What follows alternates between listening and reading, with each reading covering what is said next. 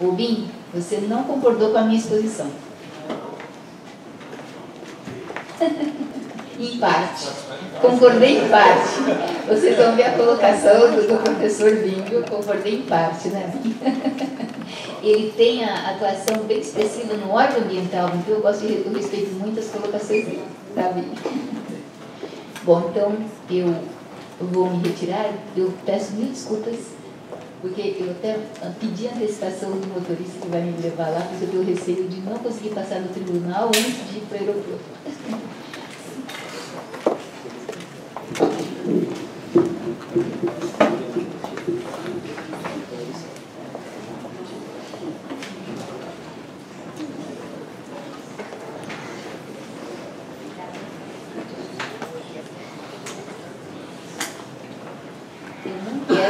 Olha lá, tá vendo? Começou a sair, por favor. Com a palavra, o desembargador Nish. Consuelo, é que a saída aqui é meio labirinto, não é tão sustentável, é melhor.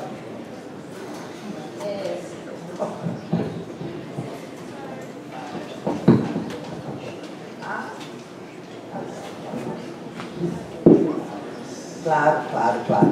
Não, quando nós estamos num ambiente acadêmico, e é esse que nós estamos, todos esses, às vezes, alguns protocolos também são flexibilizados, não é? A flexibilização, a mitigação, ela também, elas são bem-vindas. E é por isso que a doutora Consuelo, com toda a sua sapiência e conhecimento, não se curva, vamos dizer, a situações fechadas. Aliás, aqueles que se dedicam a esse segmento, a essa área, como ela mesma disse, formada em 1976 pela PUC de São Paulo, vem de 1977. Então, certamente, eu fui caloura, né?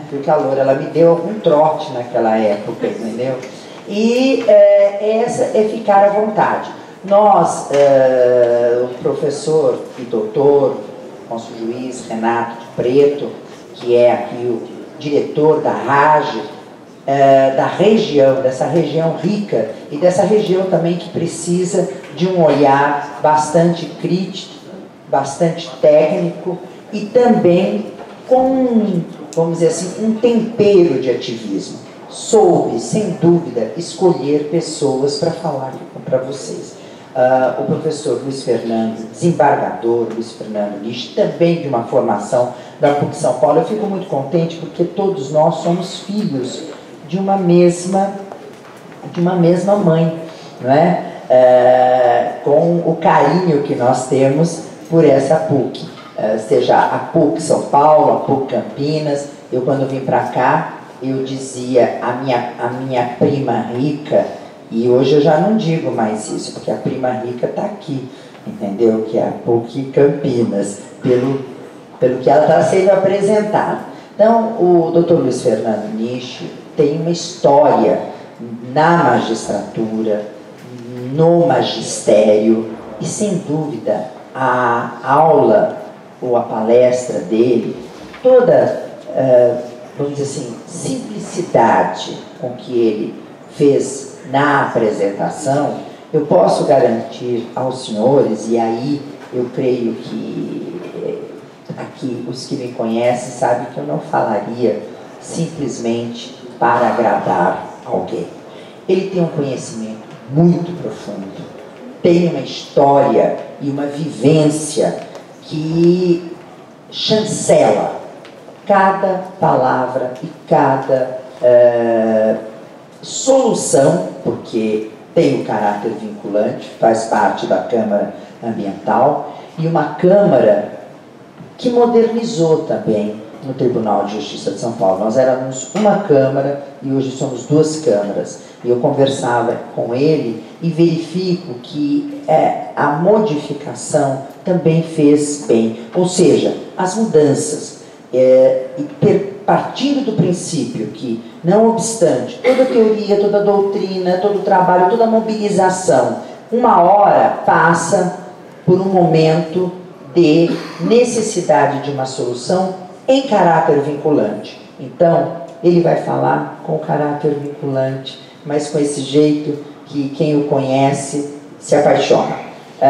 A palavra não é sua e não tem que agradecer. Agora eu falo como antiguidade. Eu sou mais antiga. Eu falo com antiguidade e com carinho que eu sempre reservo a esse grande magistrado Luiz Fernando Nisch. Bom, eu fico até sem jeito, mas realmente a professora Lígia é suspeita para falar de qualquer coisa que venha da minha parte. Muito do que ela diz corresponde em parte. Na verdade, eu sempre fui um curioso na matéria de direito. Quando eu falo que eu sou professor da PUC, eu sou professor da PUC São Paulo. Hoje eu vejo que é a irmã pobre, porque eu acho que a irmã rica realmente está por aqui, porque a PUC de São Paulo não tem essa estrutura que vocês têm aqui, com todo esse aparato aqui.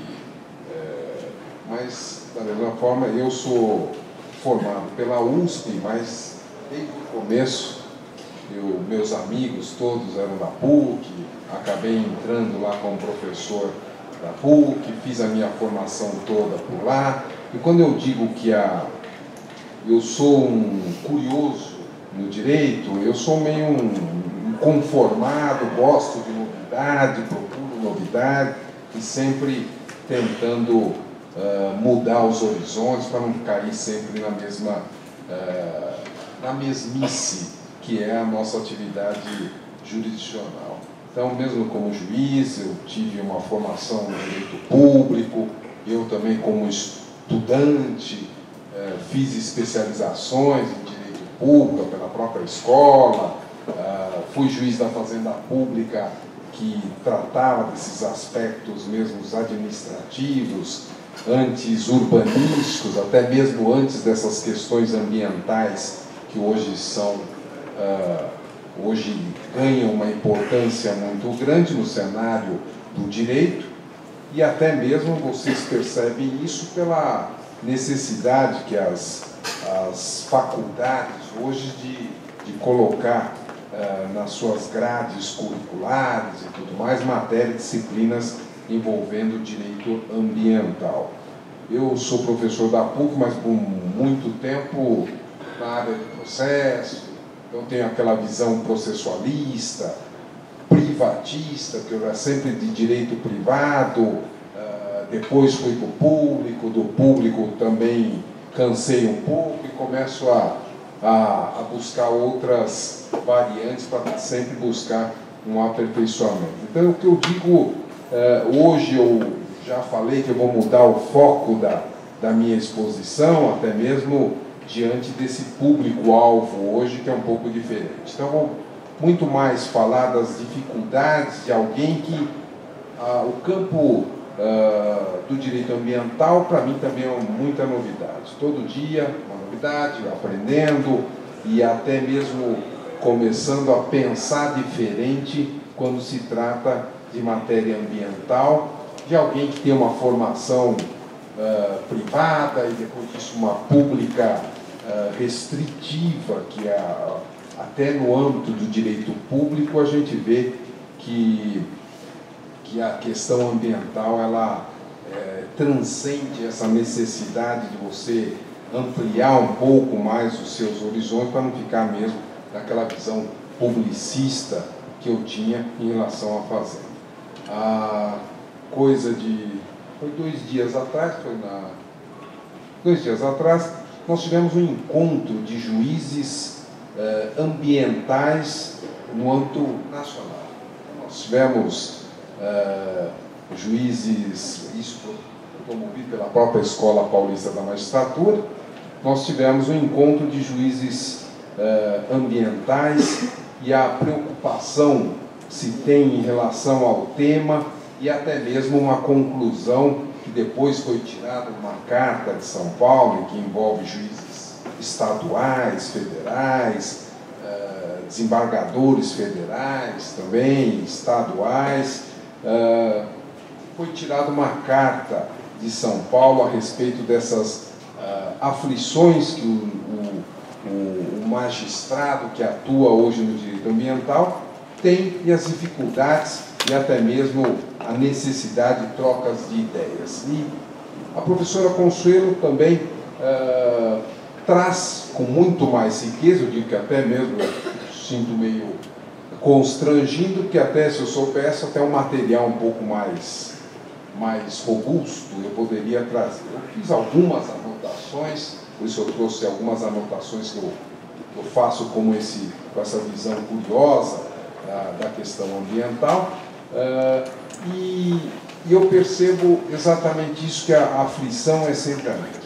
Nosso modelo constitucional de 88, que faz agora 30 anos, com relação à questão ambiental, ela tem implicitamente, ou mesmo embutida nas suas disposições, ela tem disciplina bastante profunda, trata a questão ambiental com uma novidade, com enfoque que ainda que com 30 anos de aplicação dessas situações todas, ainda é muito recente para a gente poder tirar o máximo proveito dessas intenções todas. A questão do arcabouço constitucional em matéria ambiental, ele tem uma inversãozinha, tem umas regras principiológicas.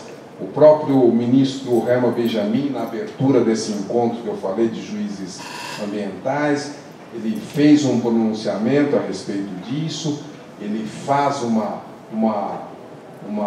análise da questão constitucional no tema ambiental e traça algumas peculiaridades, algumas regras que hoje norteiam esse tratamento do tema ambiental.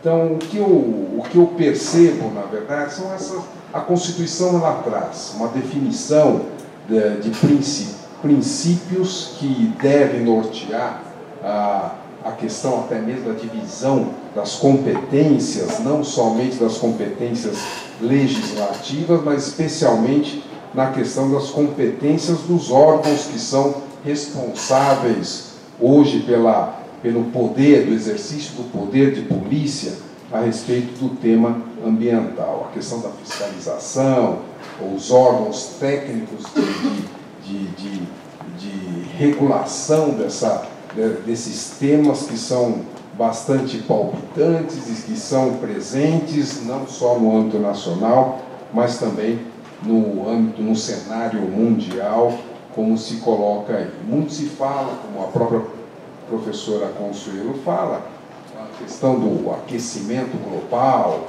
ou das mudanças climáticas, mas que seriam de interesse mesmo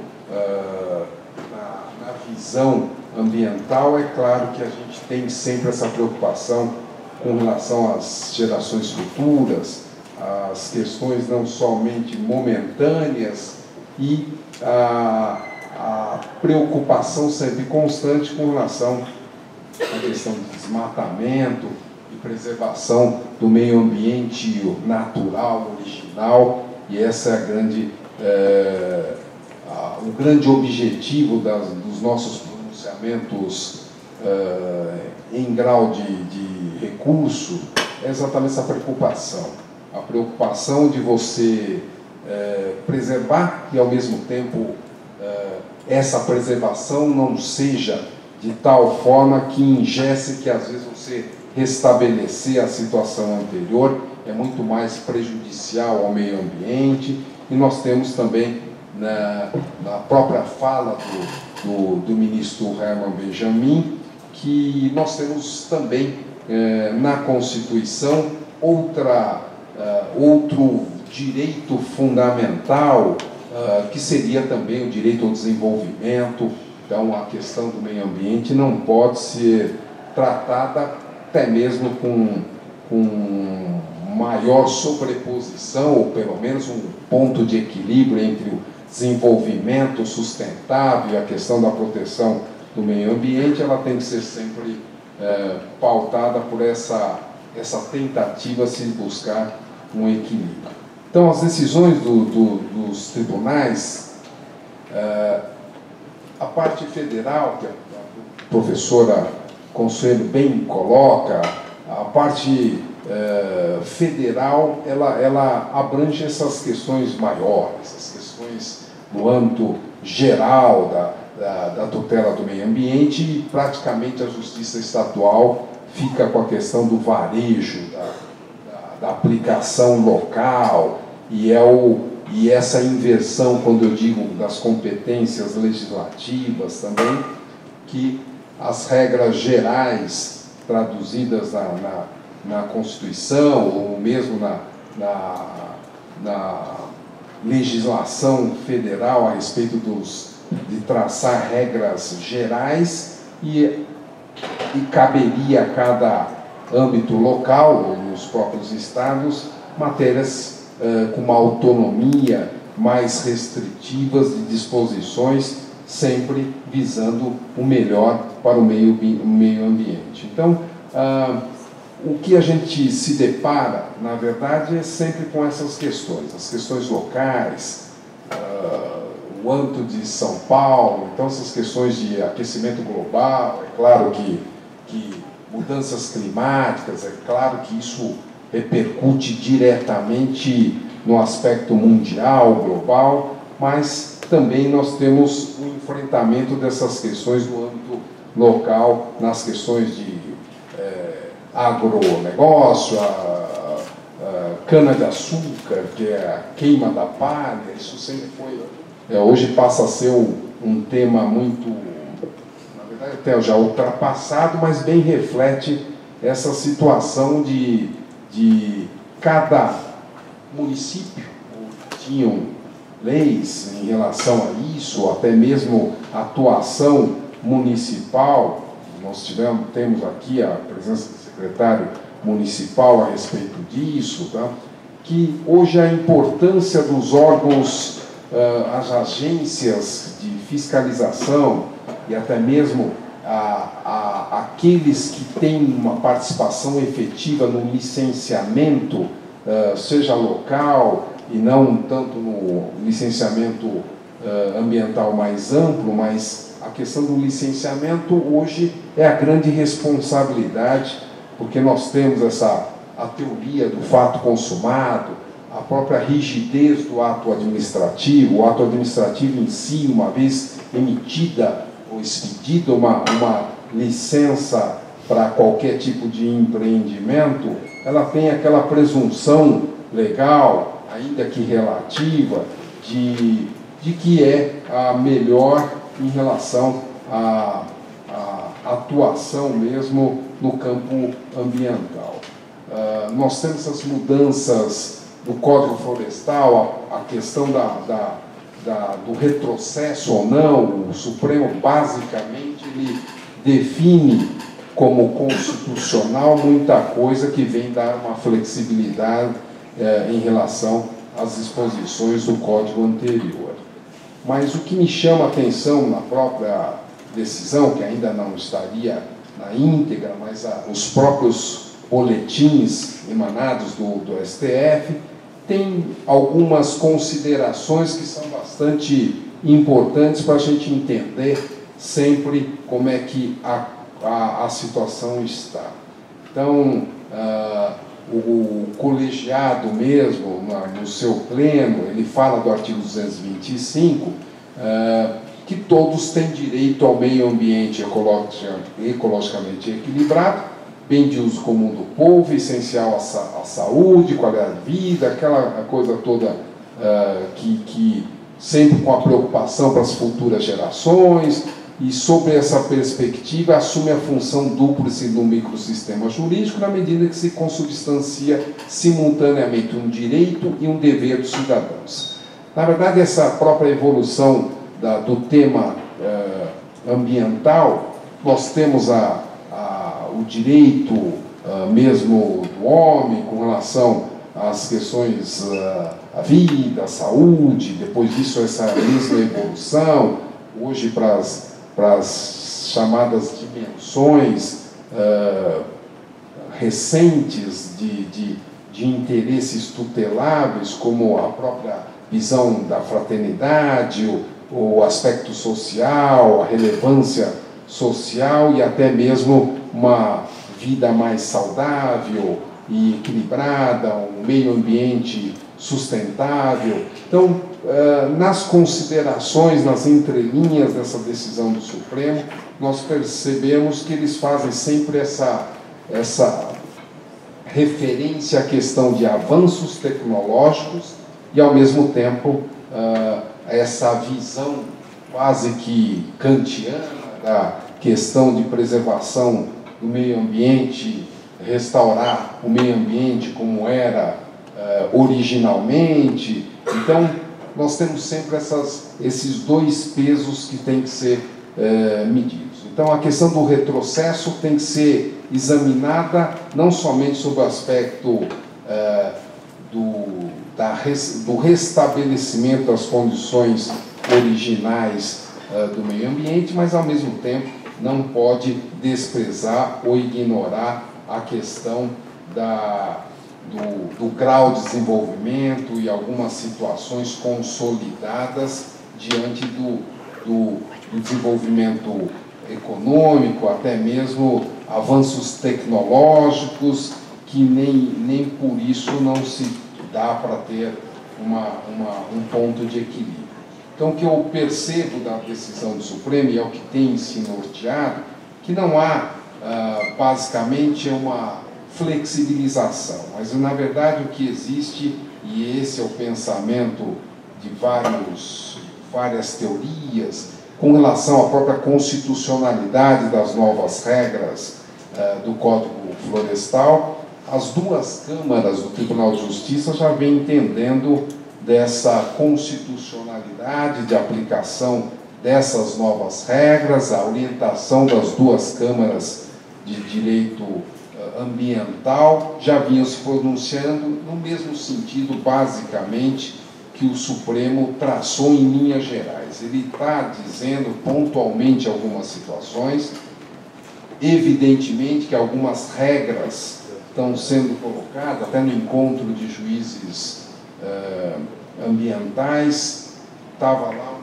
juiz da região de Campos Jordão, Santo Antônio do Caial, aquele lá embaixo, lá, o São Pedro do Sapucaí, que essa repercussão quanto à constitucionalidade do novo código, que ele afetou a questão do topo de morro. Eu nunca ia imaginar que essa situação teria afetado os chamados topos de morro. Na verdade, naquela região, todo o topo de morro é só montanha e é área privilegiada, e havia uma restrição muito grande para a construção, por exemplo, nos topos de morro. E lá, com essa nova interpretação, reduziu-se muito o que seria considerado o tal do topo de morro. Hoje, topo de morro não vai sobrar quase nada. Então, que as decisões que vinham sendo tomadas, a partir da decisão do Supremo, basicamente o que ele tem feito é que as autuações, ou até mesmo a forma de controle, estavam sendo extintas as execuções, exatamente diante dessa nova sistemática. Então, como proceder, ele já era um juiz daqueles fundamentalistas, um ambientalista fundamental, ele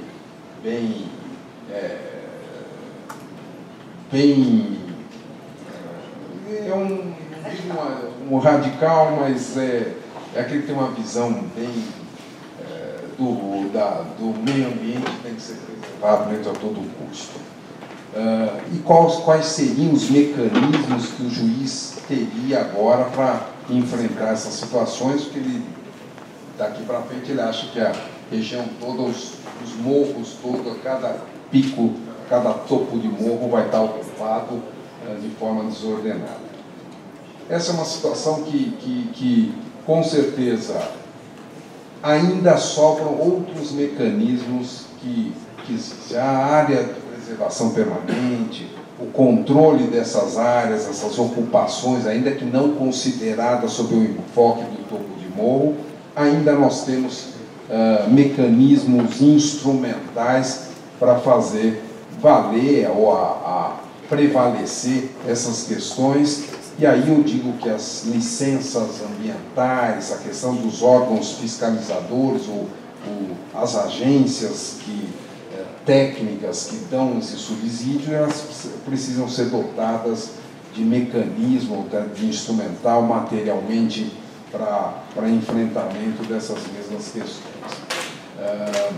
O que eu coloco, na verdade, é que o juiz também ele tem visões diferenciadas. Nós temos duas câmaras que elas eram fundamentalmente, o direito ambiental, ele sofre uma evolução, até mesmo internamente dentro de um Tribunal de Justiça de São Paulo, que tem uma gama muito grande de matérias envolvendo a parte ambiental.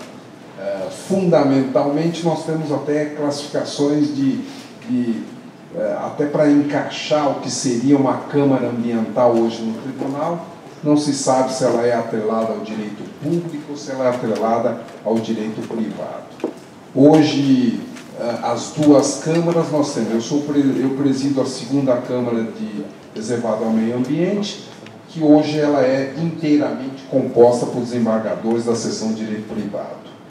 As duas câmaras anteriormente eram todas quase integrantes do direito público.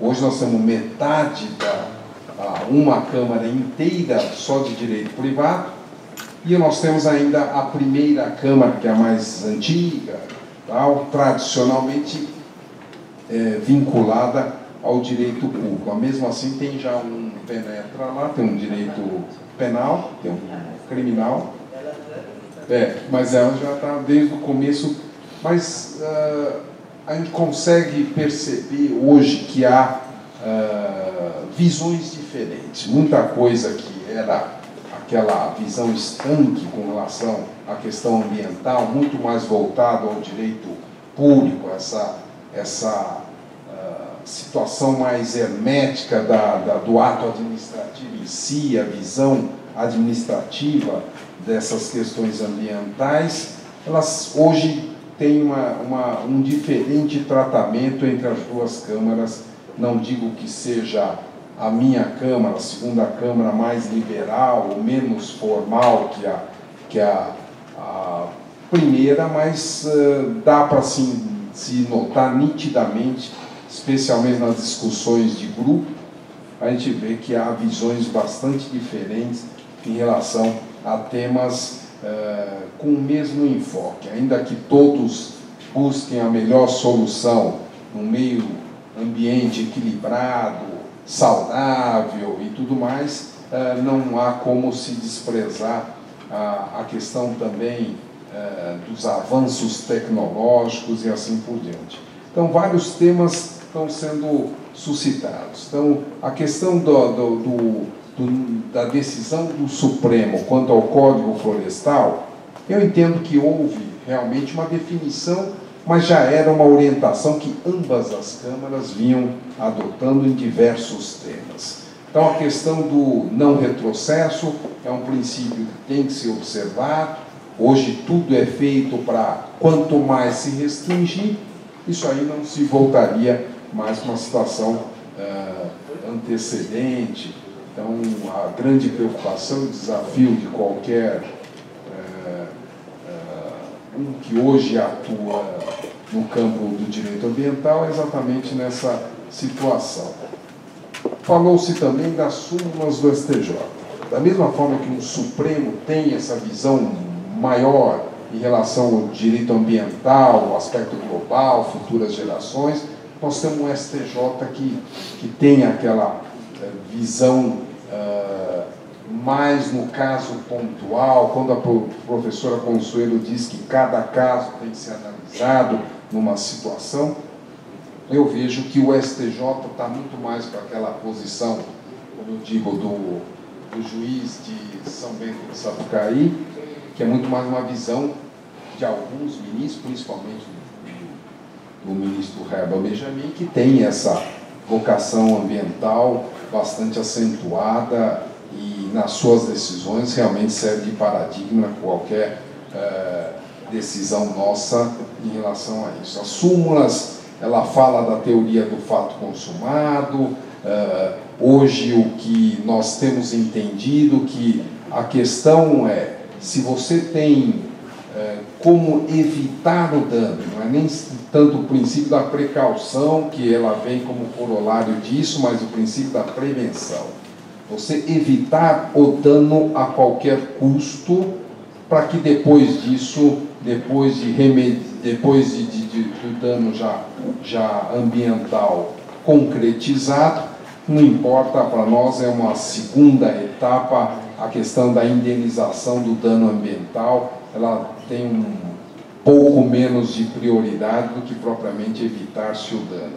Mas uma vez o dano feito, analisar-se as questões, se realmente a recomposição é possível, quando se falou a questão de mangue e tudo mais, tal, uma situação já de construção feita, mandar demolir para depois disso, você não tem como restabelecer o mangue mais e fica naquelas eternas execuções de obrigação de fazer, com acumulação de multa, tal, que não atende nem a um nem a outro.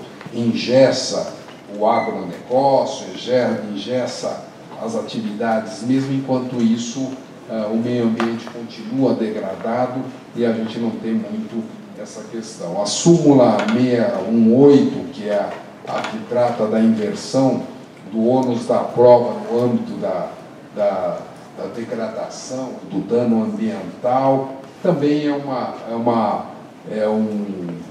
uma edição de uma súmula que na verdade chove no molhado.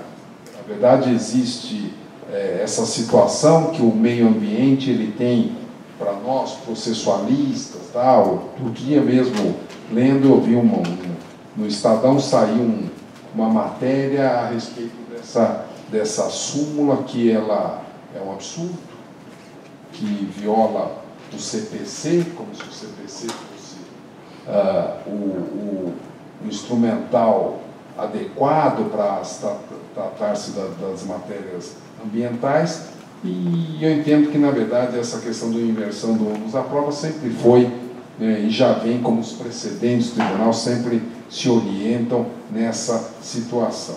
Então, a questão já 5 minutos, eu já sei que eu falei para vocês que eu fiquei meio sem foco na minha apresentação, exatamente porque, primeiro, a parte técnica e com muito mais qualidade, muito mais informação, a professora Consuelo também já fez a apresentação e saiu rapidamente, deixa a puxa ainda, se eu tiver condições, se quiser responder alguns questionamentos, pode deixar que eu respondo, mas eu digo que não com tanta qualidade como ela fez. Mas, de qualquer forma, a minha intenção é exatamente essa visão no âmbito das câmaras ambientais, para suprir algum questionamento que vocês tiverem a respeito disso. Tem vários temas de importância, eu trouxe vários julgados do STJ que tratam de algumas questões que eu entenderia relevantes, mas eu deixo depois para debate para vocês, agradecendo a atenção e a paciência de todos e me penitenciando exatamente porque eu fui pego de surpresa, literalmente. Tá? Até mesmo quem viria fazer essa apresentação, que era o presidente da primeira Câmara reservada, não me avisou que seria um evento dessa magnitude. Então, de qualquer forma, eu agradeço a atenção de todos e fico à disposição para qualquer dúvida que puder resolver. Obrigado.